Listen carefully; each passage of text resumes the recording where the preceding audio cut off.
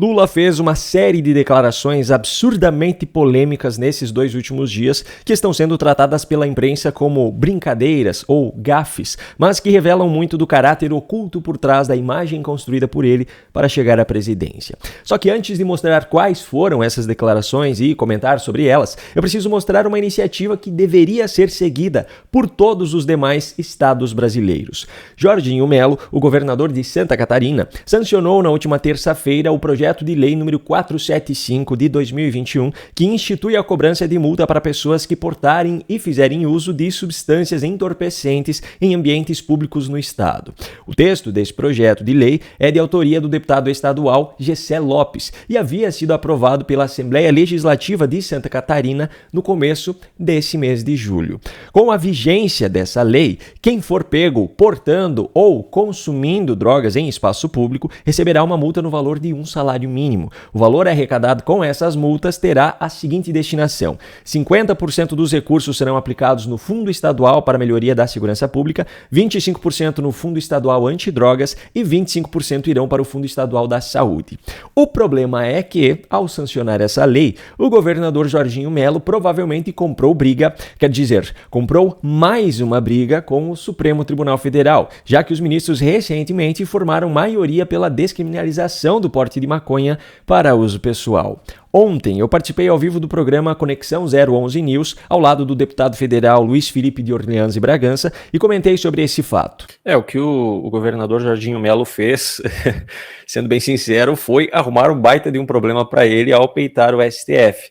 Mas é uma coisa que precisa ser feita. O meu raciocínio em relação a essa pauta segue a mesma linha do assunto anterior. Toda vez que você torna a punição para algo mais branda, você está incentivando a prática daquilo, pois qualquer pessoa que vai praticar um crime vai analisar o custo-benefício daquilo. No caso do consumo, do porte da maconha para consumo pessoal, você está descriminalizando o consumo próprio. Assim, eu já tive alguns debates com pessoas que apontaram como uma incoerência de quem defende, no meu caso, eu defendo muito as liberdades individuais, mas sou contra a descriminalização do porte de maconha para uso pessoal, pois, teoricamente, as pessoas deveriam ter a liberdade para escolher as substâncias que elas vão consumir. Só que no caso das substâncias como a maconha e outras drogas, nós estamos falando sobre o reflexo que isso vai trazer para a sociedade como um todo, pois o consumo em si, pensando de forma isolada, ele vai impactar na vida daquela pessoa e daquela família a que pertence àquela pessoa. Só que ela está comprando de um traficante. Então, uma vez que você diminui a punição para o consumo, você incentiva o consumo, como reflexo, você está incentivando o tráfico de drogas, que tende inclusive a crescer, pois se o consumo está mais liberado, ele tende a crescer, e o tráfico de drogas passa a ser um mercado ainda mais vantajoso economicamente no Brasil. O que eu posso dizer? É uma negação da natureza humana, é uma negação, como se vamos descriminalizar o porte de maconha para uso pessoal, as pessoas vão passar a se conscientizar agora, o ProERD vai revolucionar o país, vai fazer as pessoas passarem a deixar de consumir. É ilógico isso, é ilógico. Então, eu não acredito que essas pessoas que defendem essas ideias sejam tão ignorantes a ponto de não pensarem nessas consequências, o que me leva a pensar que tem interesses sombrios por trás disso. Bom, agora eu preciso deixar de lado o bom exemplo para mostrar os péssimos exemplos vindos do presidente da República. Lula participou da Conferência Nacional dos Direitos da Pessoa com Deficiência. E logo no início do seu discurso, ele já falou sobre o puxão de orelha que levou de Janja.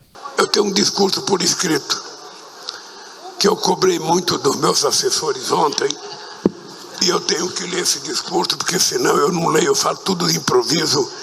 Eles ficam chateados. Poxa, a gente escreve com tanto carinho, a gente toma tanta bronca do Lula, e aí ele vai para o lugar com o discurso e joga o discurso da gente fora e fala de improviso. Hoje, eu quando vim falar aqui, a Janja me alertou de uma coisa. Ela falou: amor, verdade? Tome cuidado com cada palavra que você vai falar, porque essa gente tem a sensibilidade aguçada. Eu fiquei aqui me perguntando, será que é só diante dessa plateia que Lula anda precisando tomar mais cuidado com o que diz?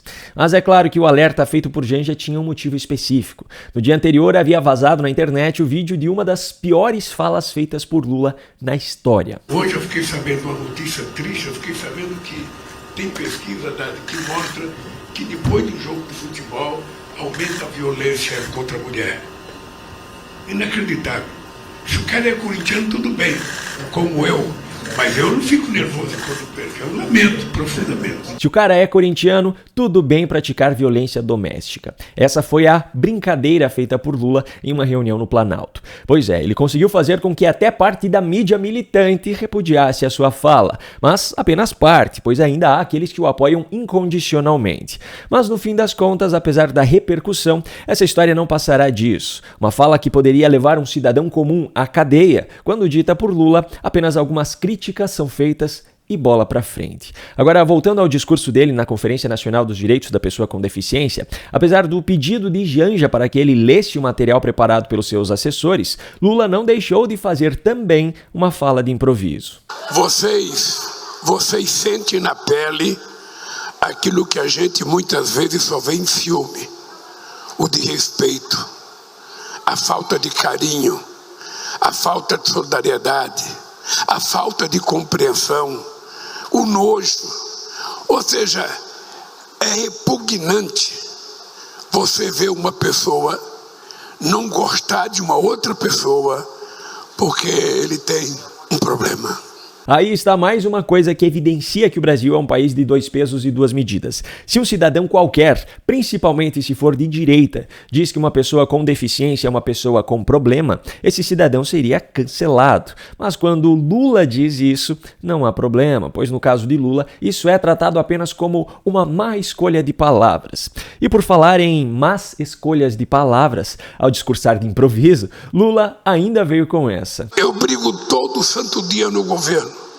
Todo santo dia, porque toda vez que a gente vai discutir um assunto qualquer, sempre aparece um artigo no jornal, sempre aparece um artigo na revista, sempre aparece um comentarista na televisão para dizer não, vai gastar muito. O líder de um governo que gasta centenas de milhares de reais do dinheiro do povo brasileiro para comprar móveis luxuosos para a residência oficial do presidente, que gasta em um ano quase 27 milhões de reais em reformas nos palácios presidenciais, que gasta 60 mil reais por diária de uma suíte de 520 metros quadrados na Arábia Saudita para que o presidente fique hospedado, que gasta quase 14 milhões de reais para um contrato de um ano de internet no avião presidencial, entre vários outros gastos, agora tem a cara de pau de se mostrar surpreso com o fato de que toda vez que algo é discutido no seu governo, a expectativa é de que se gaste demais. Mas como se isso não bastasse, ainda teve outro detalhe nessa fala de Lula, que eu não sei se você reparou. Sempre aparece um comentarista na televisão.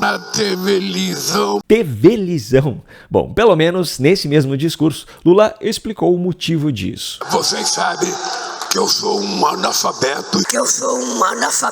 Se as informações desse vídeo foram relevantes para você, passe-o adiante compartilhando com as pessoas que você acredita que precisam assisti-lo também. Um grande abraço e até a próxima.